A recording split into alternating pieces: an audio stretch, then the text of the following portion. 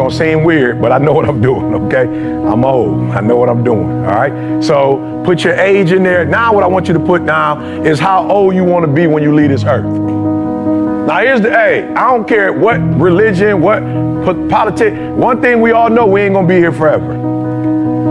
There's one thing I can guarantee y'all, you won't be living like, you won't be here 150 years from now. I can guarantee you that. You won't be 150, you won't be here. So the real question is, how old are you? And then how long you want to be on this earth, right?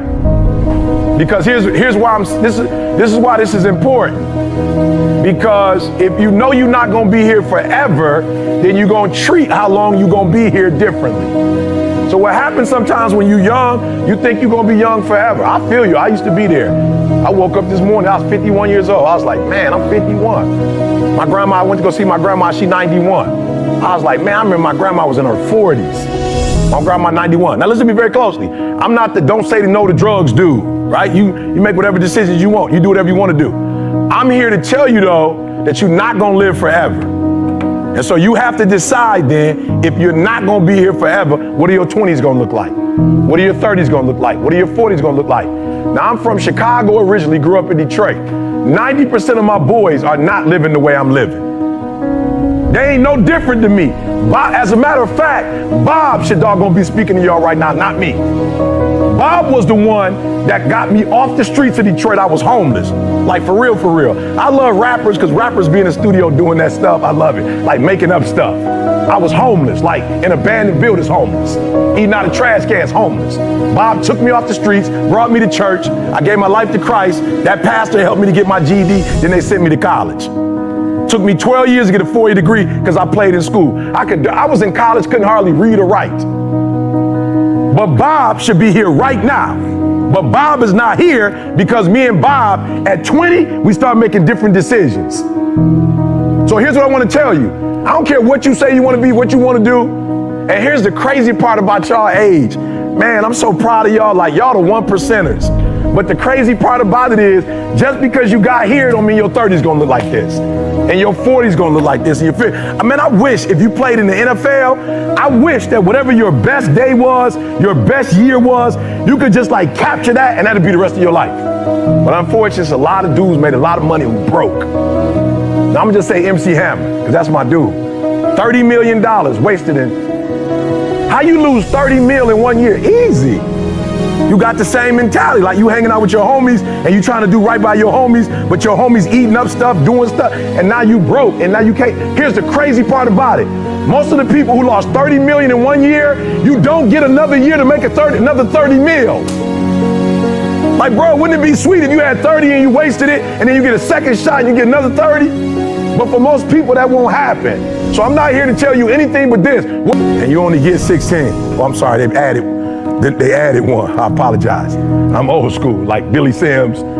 Old school. We're 16. So write down right now for me real quick. And maybe you're not gonna answer this right now, but what do I wanna be doing in my 30s, my 40s, my 50s, my 60s? And what you do today, every day when you walk in this joint, what you do today is gonna determine how you live at 30, at 40, at 50, at 60, and y'all got a head start, man. Whew. My mom had to work at Ford. She got pregnant with me at 17 years old. Mom had to work at Ford for 30 years. And she probably ain't make what some of y'all gonna make in 2 or 3 years, in 30 years. So I'm proud of you. Whatever you had to do in high school, whatever you had to do in college, you did what you had to do and you got to this level. All I'm asking you is set the standard. Set the standard, right? Set the standard. I'm not, listen to me. You're a grown man. I would dare tell you to set the standard, but set one though. Set a standard. Jamal, we just left from Dubai. They said, man, if you haven't been there, go. They set the standard, y'all. Like any place, let me tell you what I hate about Dubai. This is my second chance going. What I hate about Dubai is coming back to America. You go to Dubai and you come to the Four Seasons, always the ones who are champions. Set a standard, bro. I ain't never smoked a day in my life. All my boys smoke weed. That's my boys. I love them to life. I ain't tripping that they smoke. I just set a standard. My daddy was strung out on crack for 14 years. My uncles died of cirrhosis of the liver. I'm good on alcohol. I'm good on drugs. Why? It don't look like my family know how to handle it. I ain't mad at my boy Bob. He seemed like he know how to do it and get him to go to work. He went to school. He's smoking weed on his way to school. Still doing good on tests. But I had to set a personal standard that we're not doing that. Somebody hit me the other day. E, what you think about weed? Oh, why you asking what I think about E, what you think about? I said, listen to me, bro. I got a standard. He said, E, what's wrong? I love it, young boy. He about 21. E, what's wrong with? E, what's wrong with? E, what's wrong with? I said, bruh, I'm trying to be the next Martin Luther King. When you get to this level, you don't ask what's wrong with. You ask what's right with. I'm a champion. We as a champion, we ain't trying to cut corners. We ain't trying to see how much we can do and still be successful. I got a standard. I want to be the best. And I love Steph Curry. Steph said, making shots in workouts is no longer good enough. Put this down. Finish. Write that down. Type that to yourself. Execute. Put that down. Finish. Execute. Let me tell you something. They treat people differently who execute. Nobody care what you're doing in practice. They don't got nothing to do with nothing. That don't count. Now, it don't count what you're doing in practice. It don't count. It don't count what you do first quarter, second quarter, third quarter. The most important quarter is the one you like where you won. Write that down. Finish. Effort is not good enough. Ain't nobody paying you for effort. You don't get paid for effort. You don't get paid for trying. Me and my wife went to Dubai because I execute. For free. I put up videos every single day. Ain't nobody paying me for the stuff I put up since 2006. I just put it up so when you wake up, you got something. And then in the afternoon, I give you something. And then when you drive it home, I give you something because you got to go back to your family. I want you to be pumped up when you go to your family. And get started. If you're looking for this easy path, don't get started. If you think they're not going to close the door on you and say no a million times, don't get started. But every time they close the door, I just get excited. Why? Because I am not a no. I'm one yes away. I'm young, I'm one yes away. You can't keep telling me no forever. You can't keep denying me forever. This type of energy, this type of passion, you can't stop it. You can contain it for a while, but you cannot stop. This is life. And you can't defeat me. There is not. You don't have enough power. You don't have enough energy. You don't have enough strength to stop this. Contain it for a year, you might. 2 years, you might. You do not have hate, does not have enough energy to destroy love. You cannot destroy this. And so I'm telling you today, it's going to be a dogfight. And the sooner you realize it's going to be a dogfight. Okay, so let me just say this to you. So in America, right, and I'm sure it's the same thing here, but they're in our armed forces. Let's just pick one, the Navy, for instance. We just pick the Navy. Right? Well, let me tell you guys, this is good. Listen to me very closely. The first thing they teach you, somebody over here, help me out. You are in the Navy, right? They're teaching you war, right? What's the first thing they teach you? Boot camp, the very first, somebody tell me over here. This case scenario, and the reason why ET is standing here, because I'm prepared for it. If you know anything about me, I still lay on floors. I still eat chips off the floor. I still do some stuff that to most people is crazy, like E.T., why would you do that? Because I'm always prepared that we may not live in that house one day. One day something might happen and we might have to go back to that. And if I have to go back to 19, it didn't happen to me at 20. It didn't happen to me at 30. It happened to me at 40 after I had been through all the pressure I thought I could go through. Life said, you finished with all the pressure? I said, yeah. They said, let's bring on the heat. And then when I went through the pressure and the heat, y'all, I thought it was over. The Creator said, now you ready to get cut? You said you wanted to be great, son. You said you wanted to travel the world. You said you wanted to help people, inspire people. Then you gotta be a diamond. But listen to me very closely if you've ever studied the diamond. Once it goes through that type of pressure and it finally becomes a diamond, at that point you can't break it no more.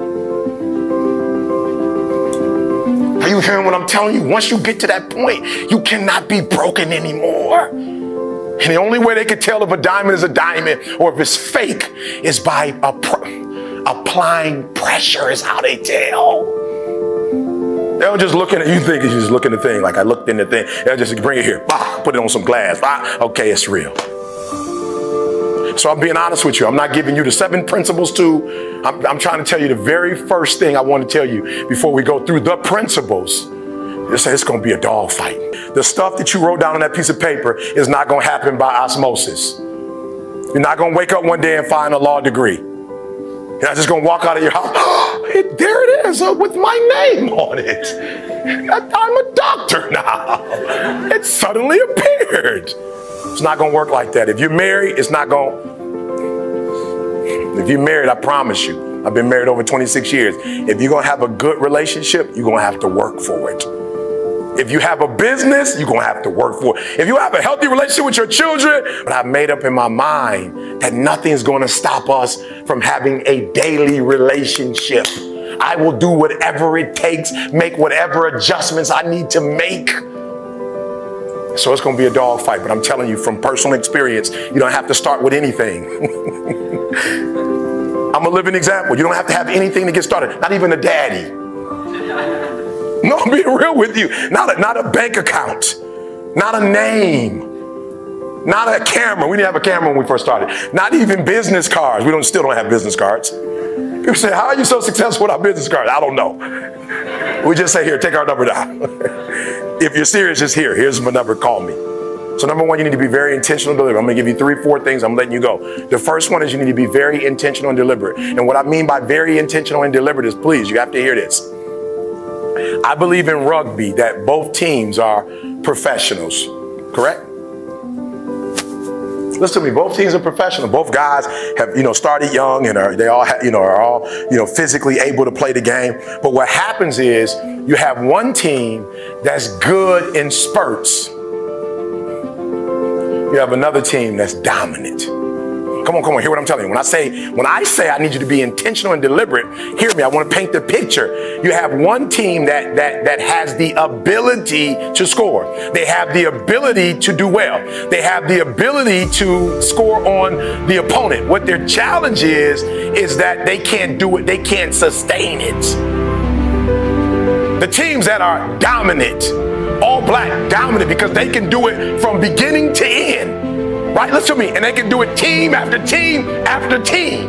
Right, they can do it over and over and over. They dominate because they put pressure on you from the time you start to the very end. Like, even when they're up, they continue to dominate. And your problem is you're not intentional and deliberate. You wake up on Monday and you might be strong, but by Wednesday, somebody told me, E.T., it's Wednesday, it's hump day. I said, I thought every day was hump day. It's hump day. I thought Sunday was hump day. I thought Sunday is where you really get started. Are you hearing what I'm telling you? You're not intentional and deliberate. You are hoping that the best is going to happen to you, and the best never happens to you. Listen to me very closely. As a Christian, I remember going to God and crying out and saying, I'm doing all the right stuff. I'm doing all the right stuff. I'm not hurting nobody. I'm finding folks' wallet, and I'm finding a way to get their wallet back. I'm not disrespecting females. Like, I'm trying to do all the right stuff. Why am I broke? And God said, being a good person, son, has nothing to do with making money. That's absolutely, you're a good person, and you're going to be rewarded for that. Ask CJ, I can lose my computer, and somebody's going to send it back to me. I lose stuff all the time. I'm like, all right, I'm not going to lose people, but I'll lose stuff. It's like, it's not that deep. Listen to me. I'll leave money I'll leave money, not even in a wallet, just money sitting there. And I'll come back and somebody said, did you lose some money? I'm like, it didn't even have my name on it. Like, I'm being honest. The Beats by Dre, I left them on the plane the other day, did some work, came back. I just randomly walked up to 48, exit gate 48, randomly just walked up and said, I lost some headphones. And he said, are they black with red? I said, yeah. He said, I think that they're down in the security. I'm like, security? That's 2 miles from here. I got to catch a plane in another 15 minutes. He said, I'm sorry. What's your name? I said, Eric Thomas. He said, they're right here. We're talking about in Los Angeles, California. I randomly walk up to a gate and this guy just happens to have my... So God said to me, good stuff is always going to happen because you're doing good stuff. Money's not going to come to you because you're not doing money stuff. Come on, you got to hear what I'm telling you. He said you got to be intentional and deliberate about money stuff. You got to create a product that people need, and you got to give it to them regularly. Like, thank God on Monday for the last 8 years. You just got to keep giving it to them. And the first year, nothing. The second year, nothing. The third year, a little something. The fourth year, a little bit more. By the fifth year, boom, you're a household name. You got to be intentional and deliberate, whether you're making money or not making money. You got to decide that you're going to do something, and you got to do it every Monday, every Tuesday, every Wednesday, every Thursday. The problem with some of you in this room, you're not intentional and deliberate. You're a good person that just hopes the good stuff is going to happen to you. So you need to be on Facebook, because Facebook, they're not just good people. They do the analytics and tell you who's watching your stuff and who's not watching it. They give you the numbers. Hear what I'm saying? If you are intentional and deliberate. So I wake up every single day. See, I don't care what country I'm in. I don't care how long we've been on the flight. I don't care what our schedule is.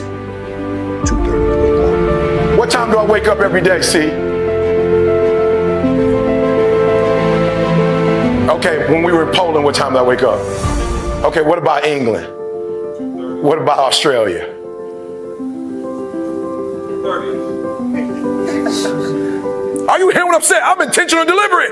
I don't care what time zone we on. I just sent my family the time. I'm in New Zealand. I'm looking at what time it is at home and said yesterday. I said yesterday. I like this. I need to be a bad man. I said it's yesterday? Negative 18 hours. And I'm still getting up at the exact same time.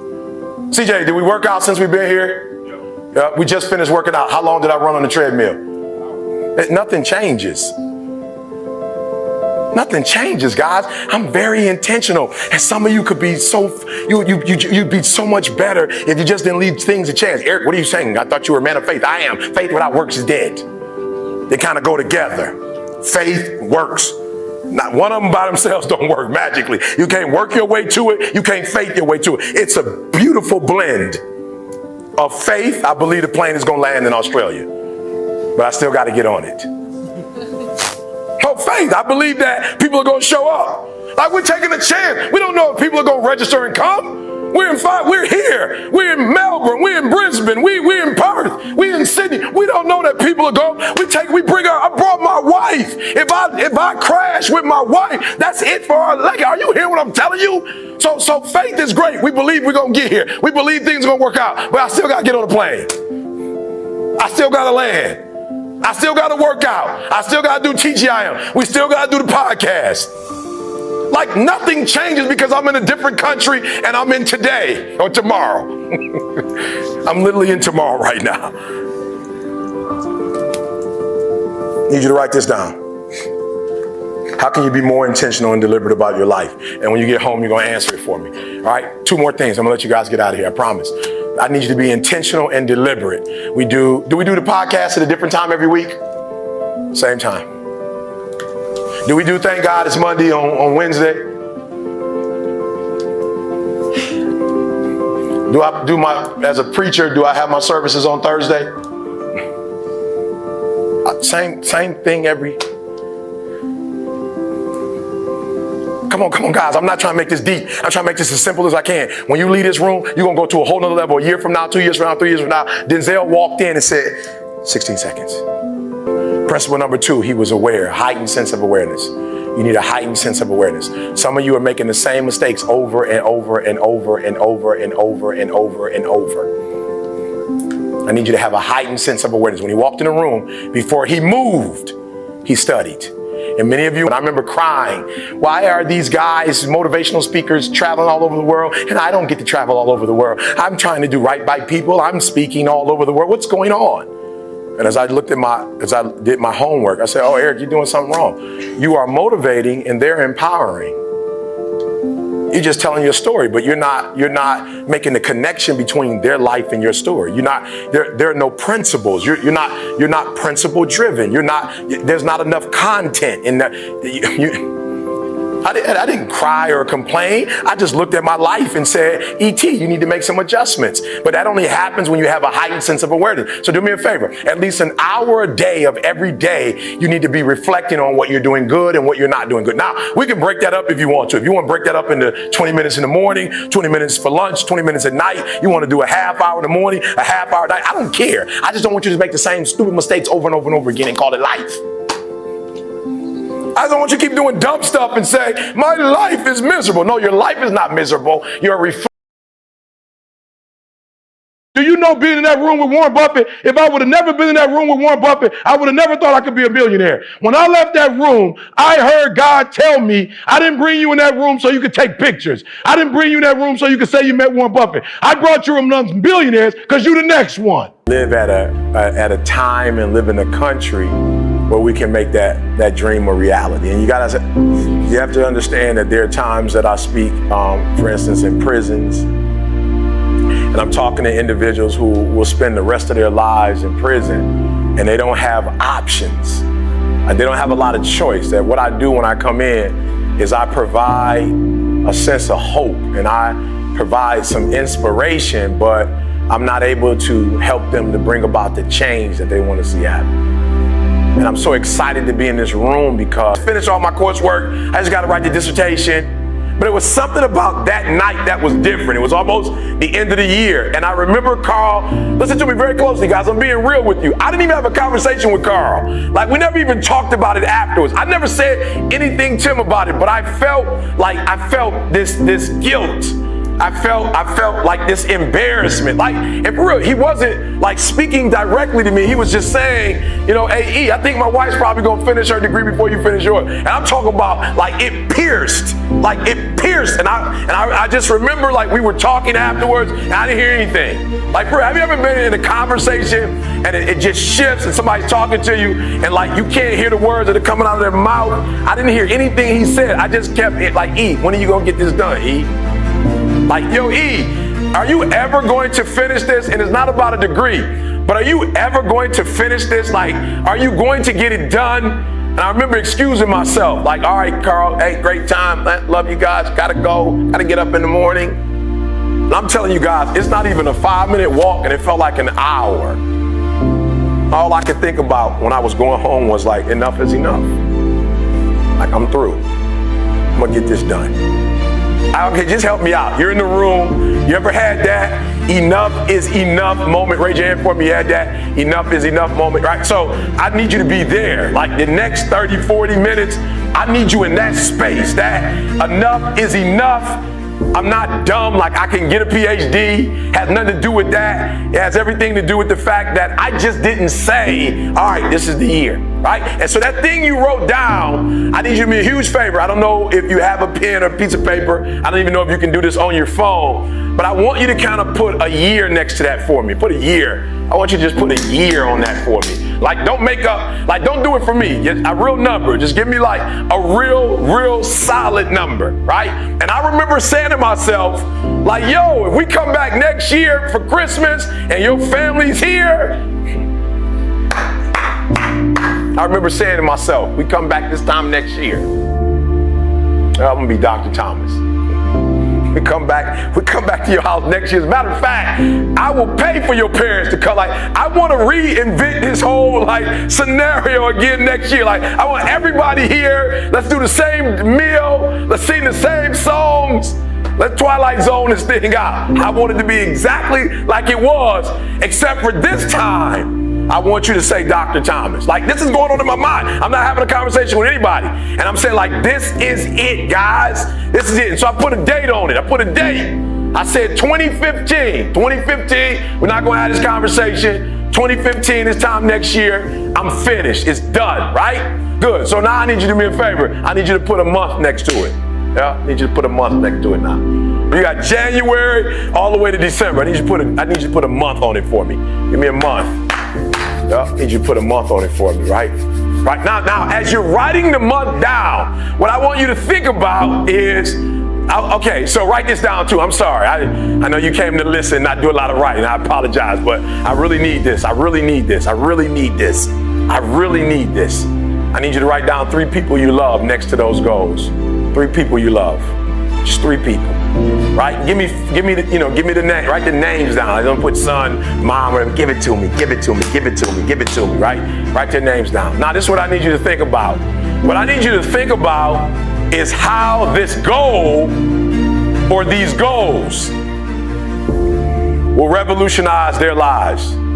Like, I really want you to think about Okay, you can do this later. When you get home, you can do this later, but I want you to write down for each one of them, give me 3 ways. Please do this when you get home. If you really love them, like you say you love them, when you get home, I need you to write their names down, and I need you to write down when you get to this place, when you finally make this thing happen, how is it going to empower them? How is it going to change their life? And all I can think about is, wow, if I get this PhD, like I can just like change the zeros. Like I just remember thinking like there were doors that were closed to me in the United States of America, right? Because of the nationality that I come from or the part of town that I come from. And I specifically remember people picking other people over me for speaking engagements that weren't as good as I was. I remember people using the excuse of you're not qualified enough. And I remember the PhD, we're gonna solve all of that. Like no more ET ain't qualified, no more like we're gonna pick this bird over this bird. Like no, this PhD is going to open doors for me that were once closed, which means it's gonna open doors for my daughter, which means it's gonna open doors for my wife, which means it's gonna open doors for my mother, which means it's gonna open doors for CJ, which means it's gonna open doors for Carl. And so every day when I woke up, I remembered the people that this degree would affect. And so the days I did not feel like studying, the days I did not feel like writing, the days I wanted to sleep on the plane, I thought about CJ and his family. I thought about Carl and his family. And I said, E.T., keep going. Listen to me very closely. The reason why you stop and start, and you stop and you start, and you stop and you start is because the goal is not meaningful enough. There's something about the goal that if you quit, it's not gonna hurt nobody. If you quit, it's not gonna change nothing. If you quit, it's not that deep. Look, this is what I need you to do. So immediately when I left that house and I made up in my mind that I was going to get the PhD, I remember immediately doing a TGIM saying, all right, it's over. It's over. A year from now, I will be Dr. Thomas. And I just didn't speak it into the atmosphere. I spoke it to people who would hold me accountable. Write it down. Write it down. Who's gonna hold you accountable? Who's gonna hold you accountable? Who's that person? Who's that person? And some of you have been a part of the real estate program. Some of you just come to hear me. When you leave, I need you to call that person, that guy, that young lady, that mother or that father. Like, I need you to call that person and say, yo, I got to do these 3 things before this month and before, and this is who I'm doing it for, and this is why I'm. So just somebody real quick over here, because we gotta make this real. Somebody over here real quick, we gotta make this real. Somebody tell me who's that person you're calling over here. Who's that person you're calling? Who's that person that on this side, that person who's gonna hold you accountable? Who's that person? You've identified that person. I need you to raise your hand for me and tell me who that person is. Yes, sir, who's that person? Good. Look, I need you to hear me. Here's the last step and we move it forward. The last step is I need you to identify that person. And I identified that person. After I went on YouTube and said, hey guys, I'm marching. Matter of fact, I turned it into an event. Listen to me very closely. I rented out a space. I put the deposit down. I tasted the food, like we did a tasting. I decided what food we were going to eat. The linen, we had to decide what linen. This is 8 months before I even graduated. I'll never forget, one of the professors came to me and said, E.T., there's a lot of paperwork to fill out. We got about 2 or 3 months left, and I'm just gonna be honest with you. You waited on some things because you weren't in school, and now you're back, but I just don't think you're gonna be able to make it happen. And I laughed. I chuckled. She said, no, I'm serious. There's a format, and there's a way, and there's some, and you didn't, and it takes this month for this long, 30 days for this, 6 weeks for that, and you just didn't put your paperwork in time. And I said, ma'am, I'm sorry, but you don't get it. I called my grandma and told my grandma I was graduating. Like, no, I'm being serious. Like, I called my grandma, and my grandma said, baby, you know I'm on a fixed income. So if I buy this ticket, grandma can't get her money back. I said, ma'am, I told my grandma that I was graduating, and my grandma already called her hairstylist and told her how she wanted her hair to look. Grandma went out and bought a dress. My grandma bought a dress for the graduation. And you got to hear what I'm saying, because you're listening to me, but you're not listening to me. Listen to what I'm trying to tell y'all. I'm being real with y'all. My biological father wasn't in my life. Hear what I'm saying? My mother hid from me who my biological father was, yet my grandmother's always been in my life. That don't go together.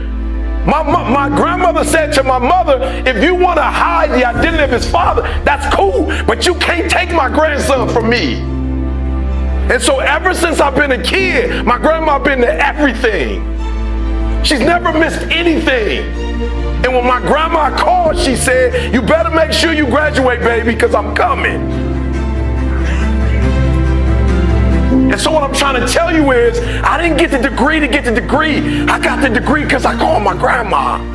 I'm trying to tell you the reason why you're not doing it is not because you don't have what it takes to do it, not because you don't have the ability to do it, but whatever it is you say you're going to do, the meaning is not strong enough. Somehow the meaning is not strong enough. You've not put enough value in it. You don't have enough skin in it. You played around with it so much that you don't have nothing to lose if you don't do it. What I'm telling you is you got to create the type of scenarios, not the goal, the type of scenarios that if it doesn't work, you lose everything. And because you cannot lose everything, you got to make it happen. Glenn came all the way from Australia. You can't plan your graduation in 2 weeks. You can't buy a ticket from Australia and then call somebody and say, Glenn's not going to happen now. Was that a refundable? Did you get a refundable ticket? So I need you to put some value, because if you put 120% value in it, 120% meaning in it, and you get 120% accountability on it, every single goal you write down is going to happen.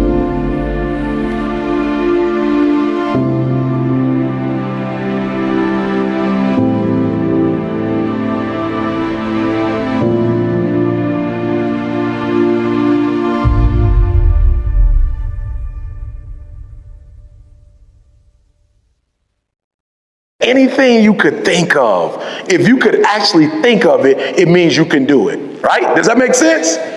So if it pops up in your brain, it means that you have the ability to do it. Why? Because the brain would never think of something that it could not do.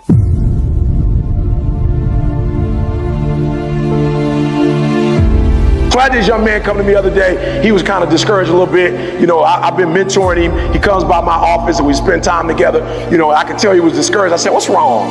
He said, man, my dreams are too big. E.T., you think my dreams are too big, E.T.? I said, why you say that? And I could tell he was talking to a parent, right? Or he was talking to a mentor, right? Whoever he was talking to, you know, I understood what they were trying to say, but I said to him, absolutely not. There is no dream that's too big. There is nothing that you could think of in your head that you can't do. I said, but here's the problem though, all right? They shouldn't have told you that, right? How many of you guys believe in this room that if you dream it, that if you think of it in your mind, that you actually have the ability someday to make whatever you see in your mind become a reality? Let me see your hands. Good. I love it. I don't care what it is. You want to play basketball? I don't care. You want to go to the moon? Like, I don't care what it is. Your dreams are never too big. Say that with me. My dreams are never too big because they're my dreams. And I can do it. Come on. I can do it. I can be it. I can have it. Come on. I can do it. I can be it. I can have it. No dreams too big for me. Come on, no dreams too big for me. Again, no dream is too big for me. Come on, no dream is too big for you. All right, but here's what you got to do. So I told him, I said, do me a favor, keep dreaming. As a matter of fact, I'm asking you to write for a reason. So you wrote it in your phone, but when you get home, I want you to be a huge favor. I want you to go write it, right? I want you to write it if you have a wall at home, like a whiteboard at home. If you don't, go buy one. You got a sheet of paper, right? Put the paper up on the wall. I want you to write it. Why? Because when you write it down and your eyes see it, you can do it. Listen to me. I believe this with all my heart. I literally flew from Detroit to Kansas today. I flew, guys. Watch this. 200 years ago, people said only birds could what? Come on, I'm just being real. 200 years ago, they said only birds could fly. No, a human wasn't meant to fly. Now, not only are we flying, we watching TV. We watching TV in first class. They making meals. right? In some planes you could lay down. I went to Dubai a few months ago, and the seat that I sat in, it was like a living room, a big old 30-something inch TV. They're bringing people steak and duck and all wine and all kind of sweets and snacks, everything. You could use your cell phone. Imagine that. They said we couldn't fly. Now we texting while we flying. So no dream is too big. Come on, no dream is too big. Come on, no dream is too big. I can do it. I can have it. Come on, I can do it. I can have it. I can be it. It's only one person that's going to stop you, and that's you. I need you to understand that. It's only one person that's going to stop you. All right. So what I said to the young man was, your dreams are not too big, but you got to make different decisions. Does that make sense?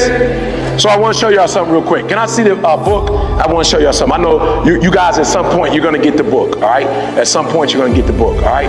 The UOU book, all right? At some point you're going to get it, all right? CJ and I said 2 years ago, please write this down. This is not even a part of my message, but write this down. Never let a good crisis go to waste. Write that down. Never let a good crisis go to waste. And so when COVID struck, instead of cry and get upset, I made a decision, right? I made a decision. I made a what? Listen to me very closely. In order to make your dreams and goals become a reality, you have to make different decisions. See, the only reason your dreams aren't happening now is two reasons. It's too early, right? It's too early. What do I mean when I say it's too early? Okay, so if you're in high school, you can't play in the NBA. Right? It's too early. It's not time yet. And a lot of you struggle with that. A lot of young people, you struggle because you got these big dreams and these big goals and you want them to happen right now. You want them to happen today. Right? Look, you got the rest of your life to live. So what would happen if all your dreams became a reality when you was 15? You got 65 more years to live, 70 more years to live, 80 more years to live. My grandma just passed. They both were in their 90s. So if you're 15 years old, you got 80 years left. Are you hearing me? You can't make all your dreams become a reality in one day or in 1 year, right? So say this with me. It takes 21 years to be 21 years old. You can't make yourself 21 at 15. I don't care how much, how much milk you drink, right? How much exercise you do. It doesn't matter. It takes 21 years to be 21 years old. And there's nothing I can do to speed up the process. So the number one thing I think that kids do wrong is not that you have these big dreams and these big goals, is that you have these big dreams and big goals and you're rushing it. Take your time. Take your time. Take your time. All right? It's going to happen. All right, there's some things that are happening for me right now that I'm grateful it didn't happen 30 years ago. All right, so number one, the D is for good. So the first thing I need you to do is I need you to be a great decision maker. And if you're a great decision maker, all your dreams are going to become a reality. All right, so we decided that we were going to write a book during COVID. Why? Because one of the worst things that ever happened to me happened during COVID. But one of the things that you have to learn how to do is not focus on the negative all the time. You've got to learn to see the good in everything that could be negative. Say it with me. I will learn to see the good in every lesson. Come on. I will learn to see the good in every lesson. For in every lesson, there's a blessing. Come on, for every lesson, there's a blessing. So I got hit hard when COVID hit. I had never heard of the term social distancing. I was like, what's that? It was like, it's about to tear up your career. That's what it is. I said, what does it mean exactly? It said that you will never be able to, and we didn't know for how long, speak in crowd. This is how I make my money. Alabama football, Kansas, I work Kansas, Kansas State, I work with Michigan State. Like I go in the locker room, I go to colleges and talk to kids, and for over 18 months, I I couldn't go on the road and speak. So I made a decision. I made a what? I made a decision to see the blessing in the lesson. Say, there's a blessing in the lesson. Come on, there's a blessing in the lesson. And so it hit me. You can't go speak. You can't go on the road, but now you'll be at home all day. What can you do while you're at home all day? I can write a book. I never had time before. I was always on the road, packing, unpacking. I was always on the road, right? And so writing a book is better than speaking. Why? Because in order to make money speaking, you have to be present. When you write a book, it's passive income. While you're asleep and people buying it, you're making money. So I actually can make more money with a book than I can speaking. And sometimes tragedies strike, not to hurt you, but to elevate you in a way. If the tragedy never happened, you would never be elevated. There is a blessing in every lesson. Come on, there's a blessing in every lesson. So number one, you got to become a good decision maker to make your dreams become a reality. So I made a decision. I was going to wake up every single day and I was going to write. I was going to wake up every single day. Do me a favor, in your phone right now, I want you to write down good decisions, bad decisions. All right? Good decisions, bad decisions. I want you to write that down. Good decisions, say it with me, good decisions, bad decisions. So let me just say this to you, and I want to make this clear. Right? I remember, years ago, we used to say when we was kids, somebody would say, well, that person is middle-aged, that person is old, right? You can't say that anymore. Why? Because of the decisions that a lot of us are making now. There are kids who are 17 and 18 who are old. Why? Because they're not going to make it to 19. So they're seniors.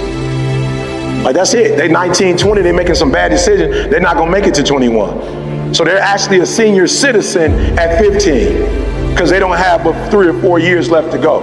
Does that make sense? Because they made what kind of decisions? Bad decisions. So here's what I want you to do for me. I want you to ask yourself every single day, are the decisions I'm making good? Because if you're a good decision maker, it means you are guaranteed to make your dreams become a reality. I told you my goal was to write a book and make what list? New York Times bestsellers list. In week 1, we made it. Why? Because of the decisions we made. There was a whole lot of decisions that it took to get here. And so in order for you to make your dreams and goals become a reality, you got to be a great decision maker. Does that make sense? And listen to me, every outcome you get. I had an uncle who died of cirrhosis of the liver. It didn't happen by accident. It didn't happen by accident. He died maybe 50, 60. It wasn't by accidents. How do you die of cirrhosis of the liver? For the most part, what happens? Somebody said drinking what? You're not drinking water. You're not drinking water. Like listen to me very closely. You don't drink a gallon of water a day, and then 15, 20 years later, the doctor calls you and says you got cirrhosis of the liver. What happened? You drinking too much water. You drank the water and it just messed up your liver. As a matter of fact, if you drink a gallon of water a day, your organs are going to be cleansed and your blood is going to be pure. Does that make sense? But when you drink alcohol, I'm not telling you to drink or not to drink. I'm saying it's a decision, and certain outcomes come with decisions. So I'm not telling you don't drink. I'm not telling you don't smoke. You grown. You do whatever you want to do. But I'm telling you, with every decision comes a result. With every decision, there comes an outcome.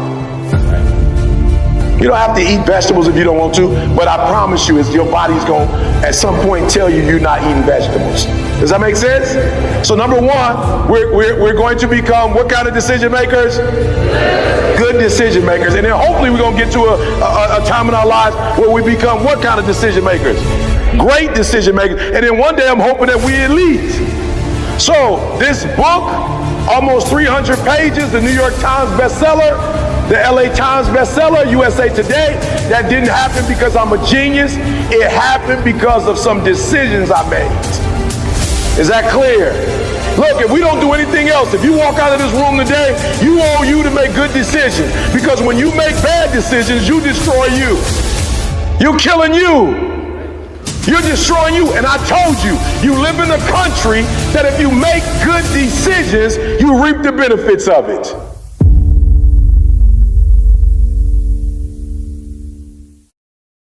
I get up at 3 because it's silent. It's easier to be focused when the environment is focused. So a lot of you don't have, be honest. We're not playing no games here. Talk to Sam, we got a way to help you after this. How many of you, honestly, you are knocking on doors and grinding and making moves, but you don't necessarily have every single step written down for every single day? Just be honest. Some of y'all, you in the dark. That's the problem. So we're gonna help y'all. I got a plan. We're gonna work with y'all. I'm gonna do some videos, give it to y'all. I'm gonna show y'all really how to walk through this. Because the day I got up, and every day now I know exactly what I'm supposed to be doing. Here's what's funny. Most of you wake up and you try to make money. Listen to me. If you would make you, money would come to you. Okay, you missed that whole thing I just said. If you would make you a better person, you'd make more money. Now, watch what I do. The way people spend their money or treat their money is how I treat my time. All right, let me explain what I mean to you. I make sure that every single day in that 24-hour period that I'm getting a whole bunch of wins. So I'm supposed to be doing this at this time, doing this at this time, doing this at this time, doing this at this time. The problem with most of you waking up and you worshiping money. Man, I was in the back with Cole. Cole was like, E, I got this opportunity for you. I got this opportunity. I got this opportunity. When you become number one, you have to chase opportunities. So I became number one, not meaning I'm better than nobody else. It means I just mastered my craft to the point that I know what I do that don't nobody else do. I know what Tony Robbins do. I know what Les Brown does. I know exactly what they do. And so I'm not trying to do what they do because I'm not trying to compete with them. I know that I have a way of doing in this industry what nobody else does. And I've picked out in this industry, I've crafted out my own room. And your problem is you at 50% knocking on doors trying to get the result, somebody at 100%. And you wondering why it ain't working. Because while you're doing what they're doing, you're not who they are. So why do I put more emphasis on time than I put on money? Because they print money. They don't print time. No, I'm gonna say it one more time. You are worshiping the thing that they make every day. They don't make time every day. Ain't nobody printing time. I ain't met them yet. I ain't met no billionaire. I ain't met no trillionaire. I ain't met no institution. I ain't met no company. I ain't met nobody printing money. I ain't met nobody that say, bruh, give me a $500,000, I can give you 10 more years on your life. Matter of fact, throw in 2.5 mil and I can make sure your health is straight. There's famous people died from COVID. There's celebrities that died from COVID. So why are you spending more time on the thing they print every day than the thing, you know why? Because you're not developed and you following other people. When you understand that the real thing is time and you ain't got a lot of it, you start focusing on your time, and when you get your time right, money will come. I just had to tell Cole, no, I ain't gonna be there. Why? Because I'm gonna be in Dubai. Somebody said, you going for vacation? Yeah, they gonna pay me to fly there. Emirates, the big boy, the $15,000, 2 of them for me and my wife, the hotel free for over a week. And so, yep, I'm gonna speak one day and then the rest of the time is me and my wife. I just left in November. Some people go to Dubai once every 10 years. I'm going every other month. Why? When you master yourself, you put yourself in a position that a lot of people can't do what you do, and then you become rare. And diamonds are rare. That's why they cost so much. If you would become rare, you just like everybody else. You look just like, you act just like everybody else. When you become you and you become rare, you become a... Those who have a why can bear almost any how. How did I become number one in the world? Found out my wife had multiple sclerosis. And they told my wife, listen to me, y'all, my wife's so beast mode. They told my wife she had MS and she's like, bet. Then they told her she had to quit her job and tear came out of her eye. The doctor said, you don't have insurance? She said, yeah, I got insurance. She looking at her like, why are you crying if you got insurance? Because my wife's identity is in her waking up and working every day. She went to school to be a registered nurse. She went to school to do breast and cervical cancer. She didn't want to be at home. She didn't want to be no home wife. She literally went to school to be a nurse. She loves her job. But when they told her she had to quit, my wife was like, I don't know what I'm gonna do. I said, how much you make? She told me 5,000. I said, 5,000 times 12 is how much? 60 times 30 years, how much? 1.8 million. Go back to work. So watch this. I started studying and I found out two things. One is stress. So I had to take her out of a stressful situation. And then the other thing was vitamin D. And I literally, people say, bro, why you moved to Southern California? Because my wife got MS. I literally type, what's the best place in the world for vitamin D? Southern California. What's the best temperature in the world in the United States of America? San Diego, California. It don't go 99, 100 and then back down. It's right there. I said, San Diego, I'm hunting you down. We moving to San Diego. Why? I don't care about San Diego. My wife, in the first year, last year, we were in San Diego. My wife said to me when we went back to Michigan, when the summer came, my wife said, you know something? I said, what? She said, I never took a nap in California. I said, what you mean by that? She said, the sun energized me and I never needed to take a nap. You gonna come after me. The reason why most of you can't do what you do, you keep getting knocked down, you keep quitting, because whatever your why, if you got a why that's deeper than your pain, y'all, this is a little too young. Y'all look too young. When I was a kid, they used to buy this little bag for it and it would weeble wobble, but it won't fall down. You can hit that thing and it'll go and she'll come right back up. When I think about my wife and MS, my man called, hey, E, can you do the gig? I'm like, yeah, when is it, what time? All I thought about was Dee Dee's MS, put that in the bank. We might not even need that in our lifetime. Our kids might need it. Or because my wife got MS, my grandkid might end up getting MS. Put that in the bank, put that in investment for my I'm on my great-great-grandkids right now. That's where I'm at financially. Are you hearing what I'm saying? All right, let's go, I'm sorry. Sam, don't kill me. Without a vision, there's no direction. Without direction, there's no progress. The reason why you're struggling getting up, because you don't have nothing to get up for.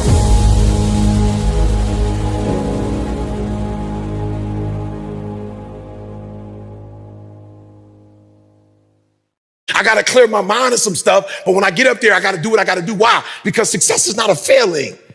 It's a mindset.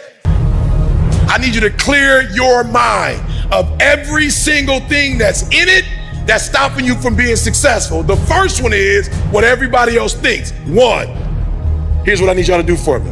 I only need you to worry about what one person thinks. Right? I know this is gonna blow some of your mind. But why is it that your parents, great human beings, great character, they're not entrepreneurs? How is it that they can make you feel bad about something that you're doing that they know absolutely nothing about? No, you think I'm playing when I say one. I mean it. You gotta be on one accord. So whatever the 10 principles or the 20 principles or the 30 principles, if you're not gonna do all the principles that he's doing, if you're not gonna have mindset he has, you're not gonna be able to get the stuff, you're not gonna be able to do you can't do 50-50. It's not a 50-50 split. You can't decide I'm gonna do this part, but I'm not gonna do this part. Does that make sense? That's what I mean about being on one accord. No, when I say one accord, I mean if I get slapped right here, I gotta let you slap me over there. I'm from Detroit, Chicago originally. I wasn't raised like that. But once I decided that the good book was going to be my guide, if you smack me here and tell me, let me smack you there. It's no 50-50. It's not you smack me here, but no, I don't follow this part. I don't do this part. Like, okay, I'm good, but not this part. You ain't gonna let nobody smack me. They smack me, I'm smacking them back. It's not eye for an eye too. That's not what it is. You better hear what I'm saying. I don't care how much money I make. The good book says I'm supposed to return the tithe. So I return the tithe, then I bless the church with a little bit more money. Then I bless other. It's not a 50-50. I don't get to choose which parts I like and which parts I don't. And some of you are not successful because you're picking and choosing. All right, I'm gonna say it again. It seems like you didn't really like that part. I'm gonna say it one more time. Some of you are not successful not because you can't do this business. Number one, you're listening to people who have no business in your ears. Stop. It works. It works. High school dropout, America, it works if you work it. You can have and be and do whatever you want. I told you, I got a coach. I had to pay to learn how to listen. Okay, you missed that one. That's a bonus. No, you missed that. I had to get a coach to teach me to stop going this way and stop going this way and follow what I'm told. Okay, I'm gonna say it one more time. I had to get, how many of you, honestly, you don't have a coach? Raise your hand, be honest. You don't have a coach. Be honest, raise your hand. You don't have a coach. You need a coach to teach you how to get people out your ear. You need a coach to teach you how to go even when you don't feel like going. You need a coach to make you wake up and think about your family. You need a coach to help you get, please listen to me. Nothing is impossible. That's a mindset. Write this down. I need to do something serious about my limiting beliefs. I want you to take this word out of your vocabulary. I shouldn't even say it, but some of you have it, so I have to say it. Write it down on your phone, please. I need you to replace fear with faith. No more fear. Jim Rohn said, all of us, we got the same ending. We're gonna die. So if you know you're going to die, why are you playing it safe? Like if you know you're gonna die, why are you listening to other people tell you about your life? If you're gonna die, why don't you live your own life? Man, that's what I loved about my grandma. She drove until she was 89 years old. She died in her own home. She didn't die nowhere else. My grandma lived her life on her terms. My grandma got her hair done every 2 weeks. She still was getting her hair done. She was still going and getting massaged. She was still going to get manicure and pedicure. With the little money she had, she lived life on her terms. And guess what? There were some people in my family that didn't like the fact that she lived life on her terms and didn't care what they thought. But you know what? She died on her terms. You're gonna die anyway. Don't die on your grandma's terms. You're gonna die anyway. Don't die on your friend's terms. You're gonna die anyway. Don't die on your parents' terms. If you're gonna die, die on your own terms.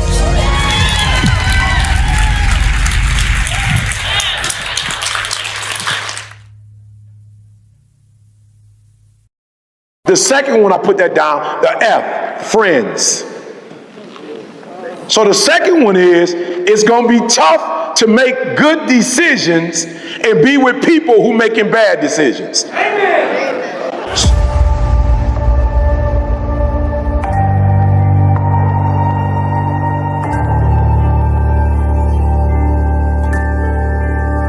I got a friend who at 40 years old, he's probably got 4% body fat. He played high school football, he played college football, was supposed to go to the pros. He should have been in the NFL, but when he got to college, he started hanging with guys who like to smoke, drink, and fight. And they got in fights every single year. Freshman, he got into a fight. Sophomore, he got in a fight. Junior year, he got into a fight. And the fight was so bad that they stopped the dude and they killed him. And he was on the front page of the newspaper and on ESPN. And when he would go to the NFL for practice, the NFL teams would say, oh, you got what on your record? Oh, no, we can't. We can't. So I don't care how many good decisions you make. If you're hanging with people who are not making good decisions, a negative plus a positive equal a negative. So I want to make sure you understand that. When you go to math class, next time you go to math, pay attention. A positive plus a positive times a negative, it's a negative.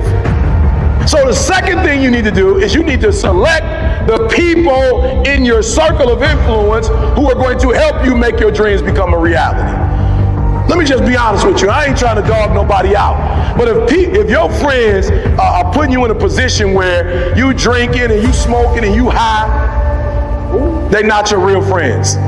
I'm not suggesting that you stop hanging with them. My boy Anthony Flynn, my guy, my business partner. Anthony Flynn said if you want to make it to the New York Times, you got to hire Rory. So I had a friend who connected me with a friend to help me make my dreams become a reality. If you have people in your circle, I don't care what they call themselves, friend. They're not a friend, they are a foe. If the person is not helping you to elevate, but what they're doing is destroying you, you can label it friend, you can call it whatever you want to call it, but they're destroying you, and you are a fool to let somebody destroy you in your dreams. And let me tell you why. I know a lot of people don't want to hear this, but at some point, I don't care what we all believe in this room. This is what we all have in common. We all believe we're going to die. You're gonna die. Everybody in this room, amen. I don't care if you're working out every day, you're not gonna make it to 250 working out. It's not about to happen. I don't care what kind of drink you got your little green juice you drink, you can drink it till you're blue in the face. You're not gonna make it to 200. I'm just being honest. You're not gonna make it to 200. And if you make it to 100, you probably won't have your youth. So because you don't live long, you don't have time not to make your dreams and goals become reality. Every single day, because you don't know how long you have, every single day should be about what can I do? What can I have? What can I be? And you gotta hang out with other people who are on the same trajectory you're on. I'm just being real, y'all. I'm from Detroit, right? Detroit we won one playoff game since 1957. 1957. I just want to show y'all something. The second one is friends. Say friends or foe. Come on, friends or foe. It's nothing in the middle. Like there's no middle thing. They're either a friend and they're elevating you, or they're a foe, they tearing you down. There's no middle ground. So I'm a Lion fan, right?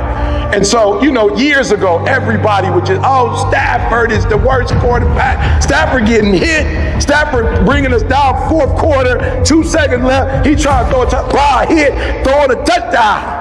They're like, Stafford is whack. We can't stand Stafford. Just get rid of him. And if we get rid of him, we're going to win some games. Stafford left the Lions. He went to the Rams, an organization that want to win, an organization that pay people to win, an organization that has won before. They brought in the best of the best. And in 1 year, he left the Lions and he won the Super Bowl.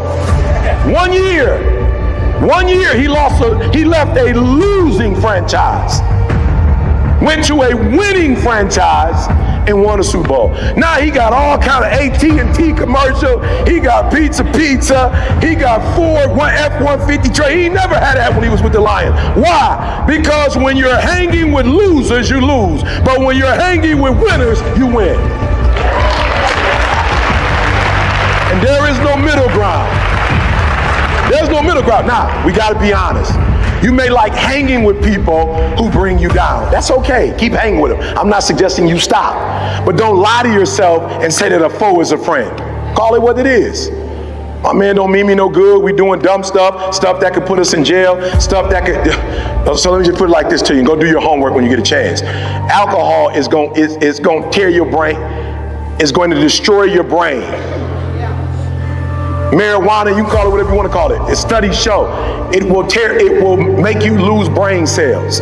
Now, some of you in this room, you ain't got enough to be losing.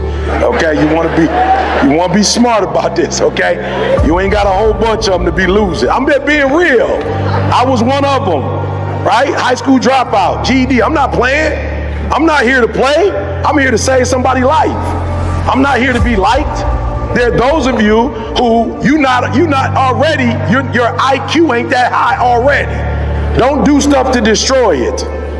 Just being honest. Put yourself in a winning situation. Does that make sense? Put yourself in a winning situation.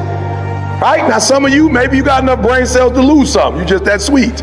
But a lot of us in this room, we don't have that. So what we want to do is we don't want to do stuff that's going to destroy us and bring us down. We want to do the stuff that elevates us. Does that make sense?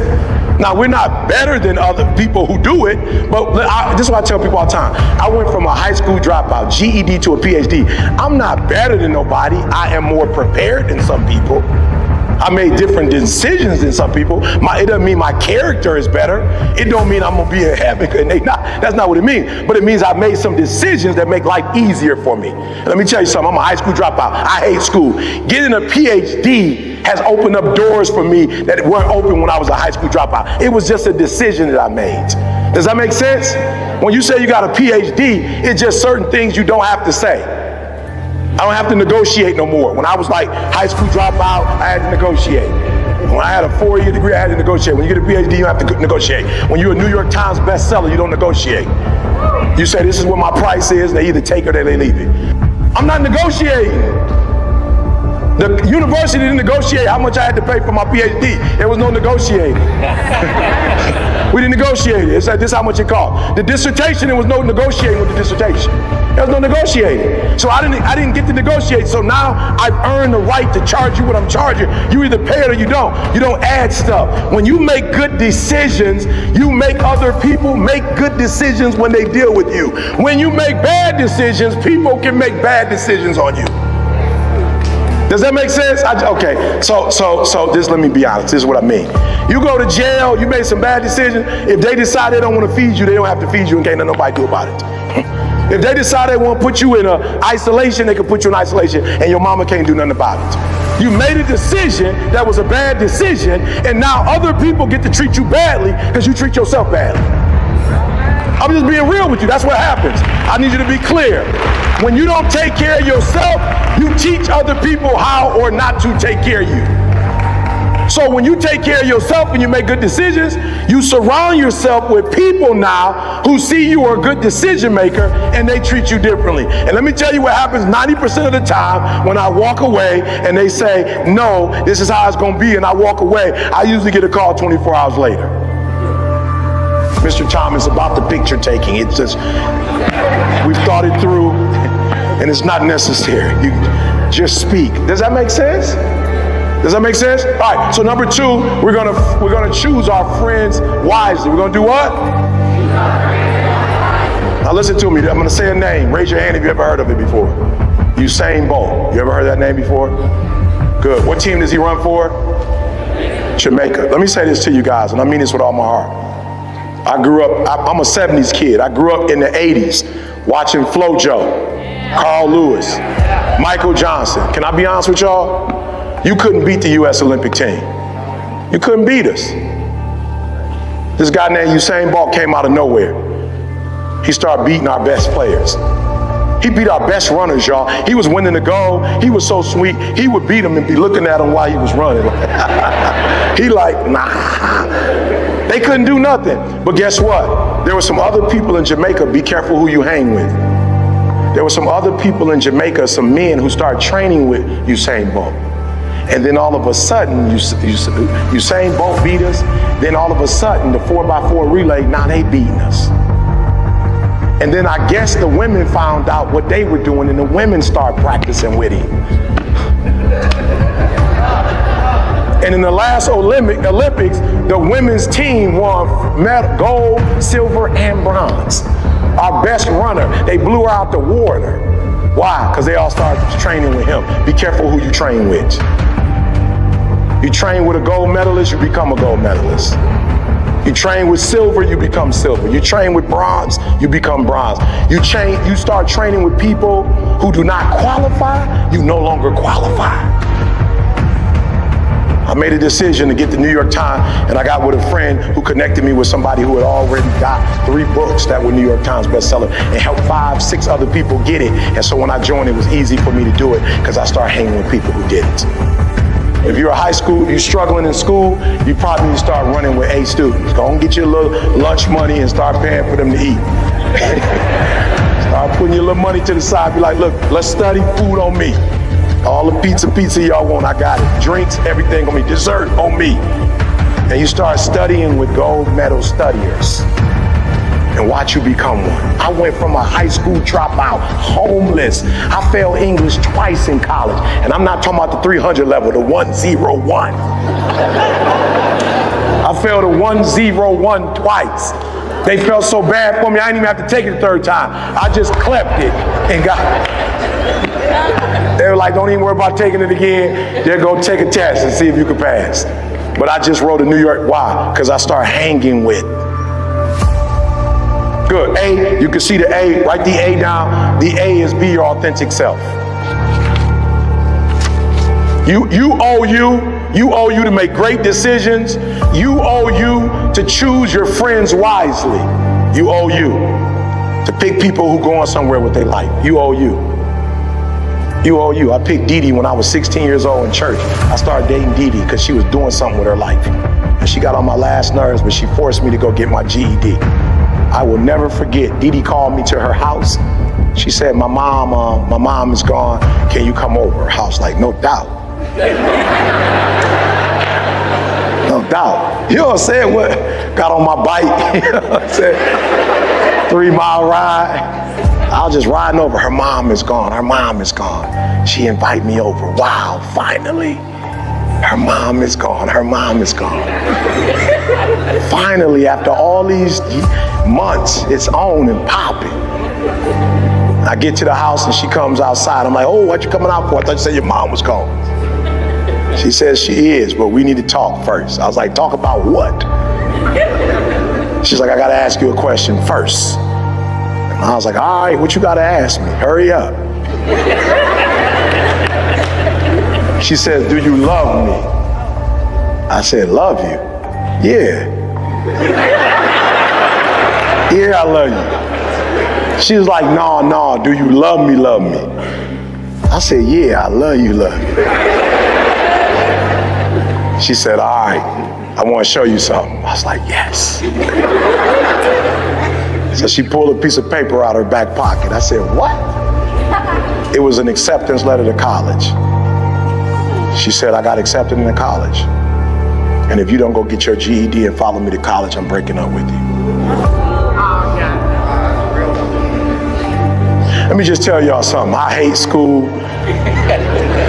Never liked school, dropped out of school. But when she said that, I might be a little slow, but I ain't stupid. I went to night school, studied, and passed my GED and followed to college. We've been married almost 33 years.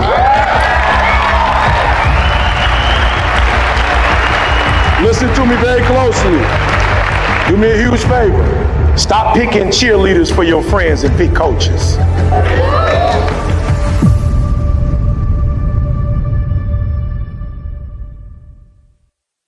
You need to stop giving your idea to family. You need to stop giving your ideas to friends. You need to give your ideas to people who know how to make ideas happen. You need to know exactly how much you need to make your dreams and goals and family and everybody else you're trying to bless. You need to know how much that's going to cost. So I used to never talk money. I hated money. I thought people who talk money were they're evil people. They just want money, money, money. And I never talk money. I only talk ministry. But then my kids went to school and I realized they couldn't go to school with prayer. I don't know, it's crazy. Michigan State didn't accept prayer. It was the weirdest thing. I'm like, Michigan State, we're a praying family. They're like, good, pray for $50,000 a year, each one of them. You're gonna have to pray, each one of them get 50 grand, because that's how much it's gonna cost. Right, so then I put my kids through school, and then there are other kids who are great students who need to go to schools, but their parents didn't do what they were supposed to do financially, so now I gotta put them in school. So now there's 20 kids last year I took to the Super Bowl. It cost me $200,000 to take all those kids to the Super Bowl. I put them in the best hotel in San Diego. I took them on the bus back and forth to LA every day. I took them to the Super Bowl experience, 200 grand. Now it's another group I'm taking the same kids to Dubai. It's gonna cost me another 200 grand. I said, God, I'm sorry. I need to be a billionaire. I'm sorry, I need to be a billionaire. I didn't know it was gonna cost this much. Oh, come on, I'm talking to somebody. The reason you don't have money is because you don't even know why you need money. I need you to figure out why you need it. You're gonna get the car. If you are a part of this organization, you are at this conference driven, you're gonna get the dream car. You're gonna get the house. I want you to get the money that you can help other people do that. So number one, what's the desired outcome? How many people you just didn't have a number to put down? You just like, I can't even put a number down. Let me see your hand. You couldn't put a number down. How many of you could put a number down? Let me see your hand. All right, so we got to start here. It's a desire. Every desire you have, it comes from within. And if there's a desire that comes from within, it means you have the ability to do it. You wouldn't think of it if you couldn't do it. Does that make sense? If that makes sense, make some noise. You couldn't think of something you couldn't do. Come on, make some noise. All right, I wanted to jump down, but I don't know if the camera guy, he's so close, he may not be able to film it. All right, number two, what desires do you have in terms of your fitness? All right, now this is important, right? I'm not telling you to be buff. I'm not talking about being buff. What I'm telling you is you need to be at a certain level in terms of your health to be able to make it become a reality. What if you got, again, everybody knew how much money you wrote down. Let me see your hands real quick. Let me see your hands. Okay, good. What if you had that money, but you had stage 4 cancer and they gave you 4 months to live? You couldn't do anything with the what? You couldn't do anything with the money. So I need you to decide, like health-wise, where do you need to be? What's your outcome for your health? I'm not saying you got to lift weights. I'm not saying you got to be a bodybuilder. All right, so here's my fitness goals. When I go to the hospital, I want my blood work to be good. So when I go to the hospital, I just want them to say, you don't have diabetes, you don't have high blood pressure, your blood was clean. Does that make sense? So I don't know what your goal is, right? So I walk pretty much every day. I don't do a lot of nothing else. I don't lift weights. I don't really do push-ups, but I walk. Because I noticed the old people walk, and they still like 80, 90 walking in the mall. So I was like, look like walking work. You know what I'm saying? They don't look buff. But they in the mall walking at 80 and killing me. I can't even keep up with them. I'm like, what kind of walking is that? I can't keep up with them. They doing it for about an hour, and there's 10 of them walking and talking, and they like, hey, young man, they done passed me twice in the mall. I'm like, that's what I want to be. I don't want to just be buff. I want to be able to be. So what's your fitness goal? Write that down. You want to be 90. You want to die at 100. You want to be walking when you die. You want to drive. My grandmother died. She was almost 93. She was 92. Couple days left. She would have been 93. Lived by herself. Still had her driver's license. Independent. What do you want? All right, I'm going somewhere, but we got to get here first. I'm going somewhere. All right, family. What do you want for your family? What do you want your family to be like? I'm in a position, just bought the house next door to my house in Michigan, so when my family comes, they have somewhere to go. What's your desire for your family? What do you want as your family? Write that down. What's your desire? Come on, we're getting somewhere. What about your faith? What do you desire to do? Like, I'm not really, I wake up every morning, 3 o'clock, first hour of my day, I dedicate it to my walk and talk with God. What's your faith? I'm not suggesting a particular one for you. I'm not telling you what to do, but if you have a faith, what is it, and how healthy do you want it to be? It's your desired outcome. What kind of fun do you want to have? I just go to Dubai for fun. Anytime I want to have fun, I just go to Dubai. That's my spot for fun. That's just my spot. And then there's a spot, Escarit in Mexico. That's another spot that I like to go to. But those are my two spots when I want to go close, Mexico. When I want to go far, Dubai. Like when I don't want my phone to work, I go to Dubai. When I don't want to be on the same time zone as everybody else, I go to Dubai to get away. All right, so before we go to the next one, all right, I just need you to know, like, you may not have it all now, but when you leave, I need you to know what you desire. Why? Because this is the thing that's going to wake you up, and this is the thing that's going to make you go. So I'm putting kids through college, Super Bowl, Dubai, right? So every day when I wake up, y'all, I'm driven. And most of you are not driven, and you're not driven because you don't have an engine. You don't got an engine. That's not, the only way you stay driven is that you know what you want. You wake up every single day and you go for it. The people who are not driven, they wake up and they clueless. The people who wake up and they don't know exactly what they want to do, they clueless. The people that are not clear on their life goals, the people that are not clear in every of these areas, they wake up and they wake up whenever they want to, and they wake up sad and they wake up depressed. Why? Because either they don't know what they want or they got this stuff all out of order. Does that make sense?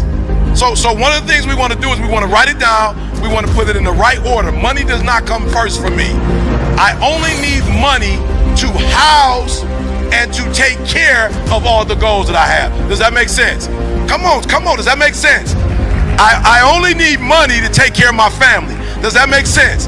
I only need money because I got to buy a treadmill. I've got a treadmill. I've got an elliptical. I've got a Peloton bike. I only need money because I got to buy all that stuff. I only need money because I need the best water that money can buy. I only need money because I want to make sure I have the right health insurance. I only need money because I got to have a house in San Diego because my wife has MS and she can't get vitamin D in Michigan after November. I only need money because I need to be on the hill. I only need money because I need to be in the private. See, a lot of us don't have money because we're not driven. And what happens is when you know what you want, when you understand what you're after, when you know what your outcomes are, when you know what you desire, you wake up every single morning and you go after it. Come on, you go after it. People look at those of us who are successful like we're superhuman. We're not. We're normal people like you with problems just like you. The only difference is we wake up with clarity. We wake up knowing exactly what we want. We wake up knowing exactly what our purpose is. We wake up every day knowing what we're supposed to do. I woke up this morning knowing I had to be driven. I woke up this morning knowing I had somewhere to go. I got a plane ride back to Detroit after this, right? LAX. Then tomorrow, I'm in Topeka, Kansas. The next day, I'm with Kansas State University basketball team. I wake up every single day. I know what I got to do. I know where I got to be. I know what my gift is. I know what my purpose is. And I just need money to house all this.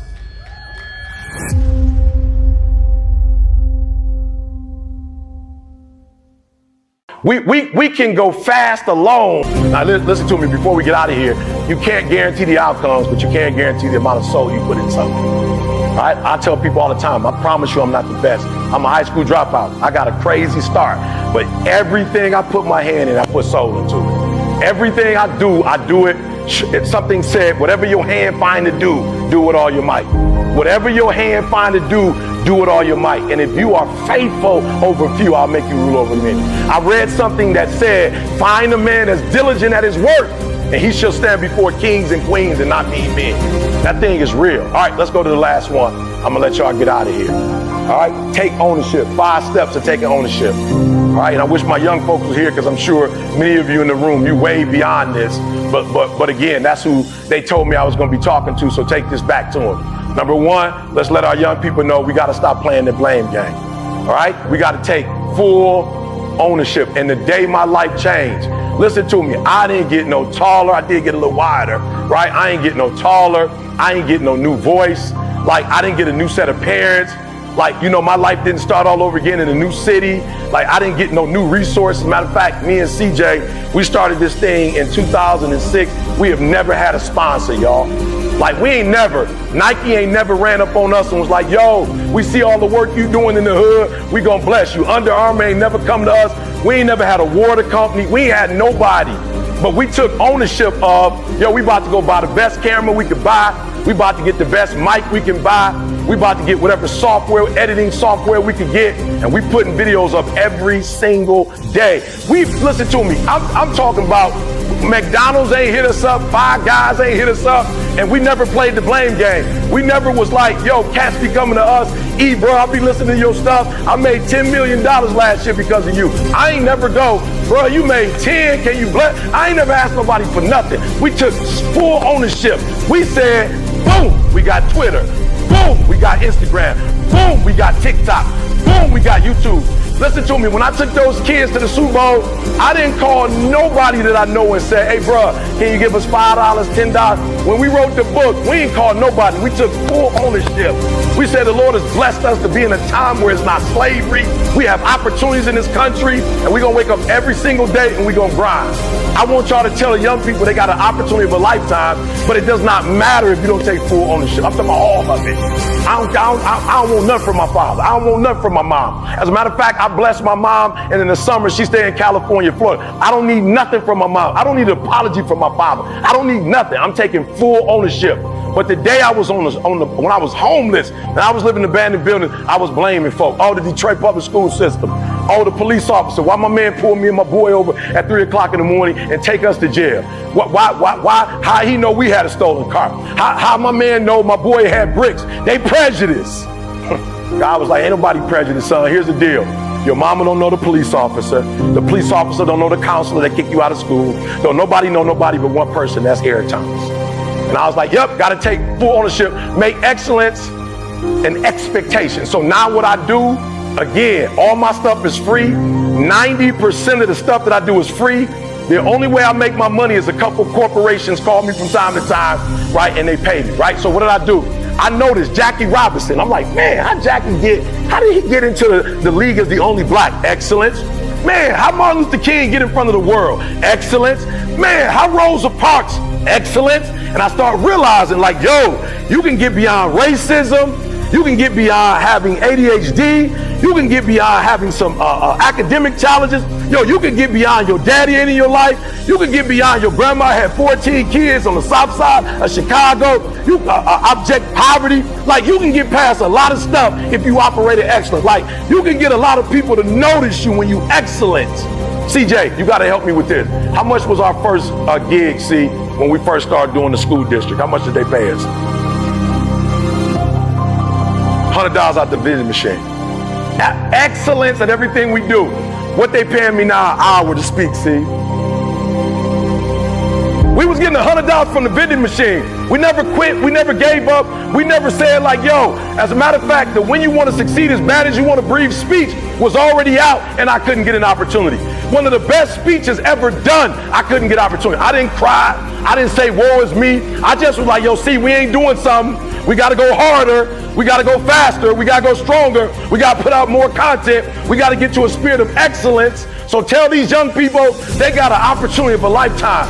Don't touch it with average, because we ain't average. Don't touch it with good, because we ain't good. That ain't in our DNA. Martin Luther King wasn't, Frederick wasn't, Nat Turner wasn't, Sojourner wasn't, Booker T wasn't, Du Bois wasn't. None of them were average. Fannie Lou Hamer, none of them were average. None of the Medgar Evers, none of them were average. They were all great. And because of their greatness, we all get to sit here. We're all on their shoulders because they were great. Tell these young people, don't touch it if you're going to be average. Get out the league if you're going to be good. Only show up great, because when great and excellent is the expectation, we're able to do something for our people that can never be done.